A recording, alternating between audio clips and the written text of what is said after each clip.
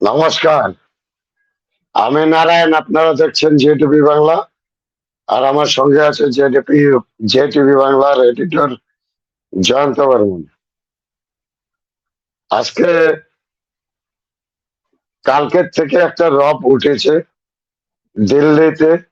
তৃণমূলের 20 জন এমপি দল বদল করছে, অর্থাৎ নিজেকে নিজে তৃণমূলই বলছে, কিন্তু আলাদা একটা ব্লক বানাচ্ছে, যে ব্লক এনডিএ শরিক হবে। আর যার জন্য 20 জনের স্বাক্ষরিত লিস্ট লোকসভা অধ্যক্ষ ওম বিড়লার কাছে অলরেডি পাঠিয়ে দিয়েছে, কালকেই পাঠিয়েছে। তো আজকে সেটা এসে কি বলে স্কুটনি হওয়ার কথা ছিল, সম্ভবত হতে পারেনি, আগামী কালকে হবে। আর এদিকে কীর্তি আজাদ আর হচ্ছে আহ আরেকটা চোরের নাম হচ্ছে কল্যাণ বন্দ্যোপাধ্যায়। এই কল্যাণ বন্দ্যোপাধ্যায় আর কীর্তি আজাদ প্রেস কনফারেন্স করে বলছে যে এরা সব গদ্দার, চোর ডাকাত সব।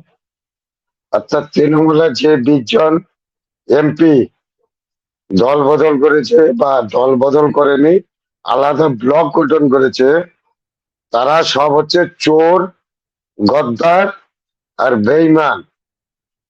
তাহলে বুঝতে হবে এই 15 বছরের চোর, গদ্দার আর এই বেঈমানদেরকেই তৃণমূল টিকিট দিয়েছে এবং এদেরকেই চুরি, বদমাশি, রাহাজানি করার লাইসেন্স দিয়েছে।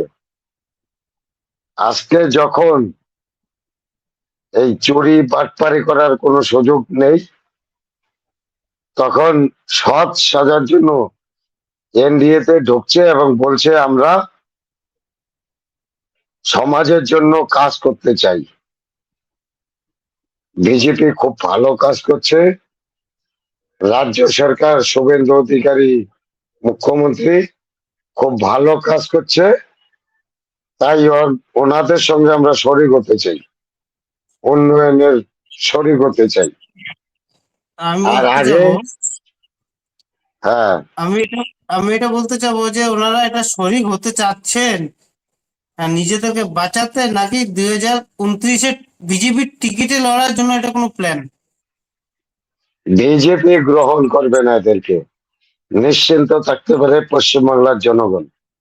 বিজেপিতে গ্রহণ করবে না এরকম চোর বাটপারদের বা কলঙ্কিত মালদের। বিজেপি গ্রহণ করবে না, এরা আলাদা ব্লকে থাকবে।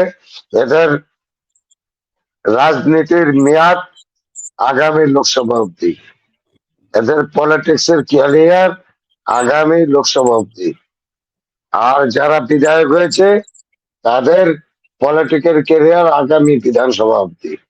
এরপরে এদেরকে ইন্ডিভিজুয়াল লড়তে হবে, অথবা এই তৃণমূল কংগ্রেসকে ভাগ করে এরাই অরিজিনাল তৃণমূল এটা প্রমাণ করতে হবে। এবং এনারা আলাদা আলাদা বলতে কি একনাথ সিন্ধের মতো প্রকৃত সিম্বল পেয়ে যাবে এরাই, তৃণমূলের হয়েই লড়তে হবে এদেরকে। আর যে তৃণমূলটা থাকবে মমতা ব্যানার্জির হাতে, তাদেরকে একটা আলাদা প্রতীক চয়ন করতে হবে, যেটা আমরা দেখেছি মহারাষ্ট্রে একনাথ সিন্ধের হাতে অরিজিনাল শিবসেনা চলে আসছে। আর রইল বাকি যে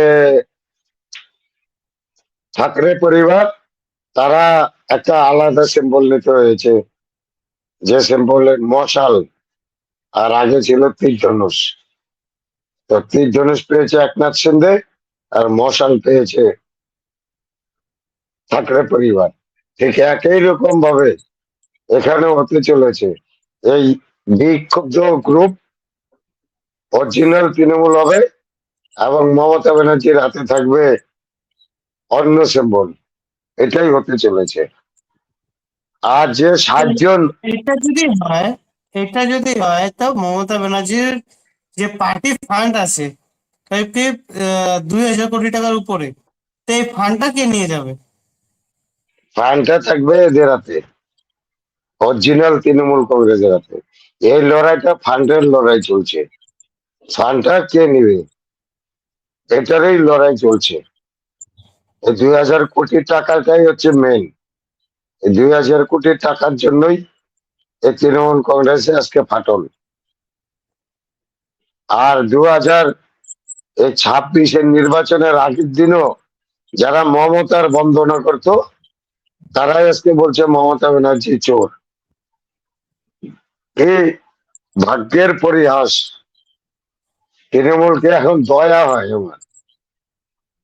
কিসের দয়া হয়?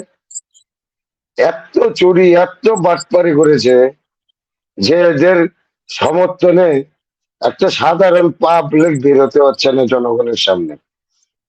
জয় বাংলা তো দূরে থাক, জয় তৃণমূল করার লোক নেই পুরা পশ্চিমবাংলায়।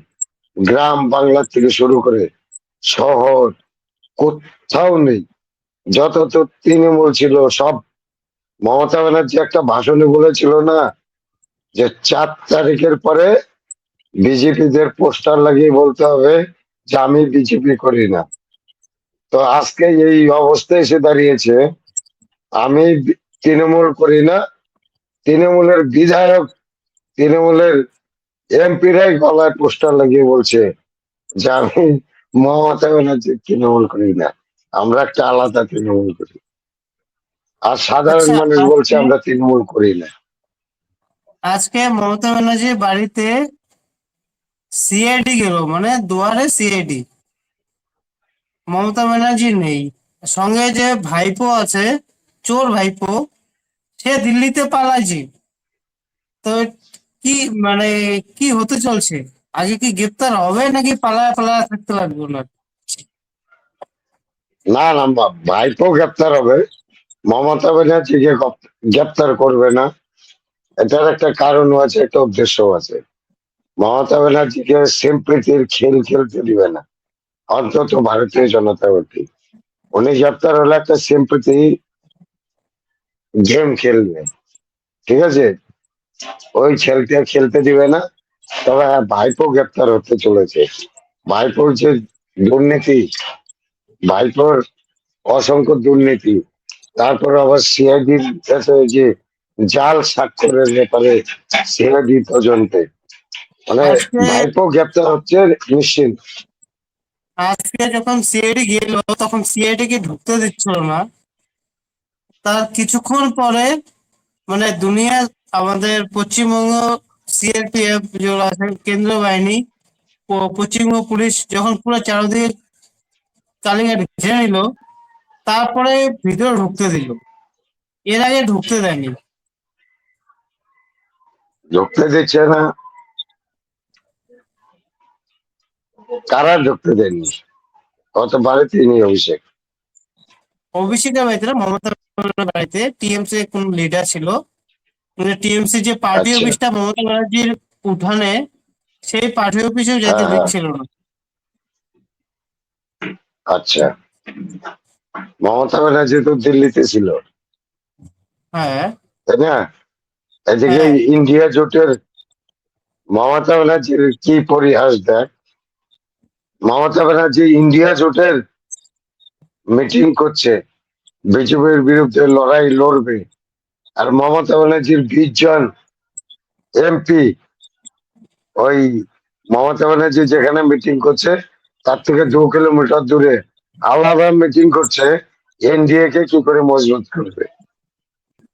ঠিক আছে, এই হচ্ছে মমতা ব্যানার্জি, আর হচ্ছে এই তৃণমূল পার্টির অবস্থা। তবে আর সিআইডি কে আটকায় রেখে লাভ নেই।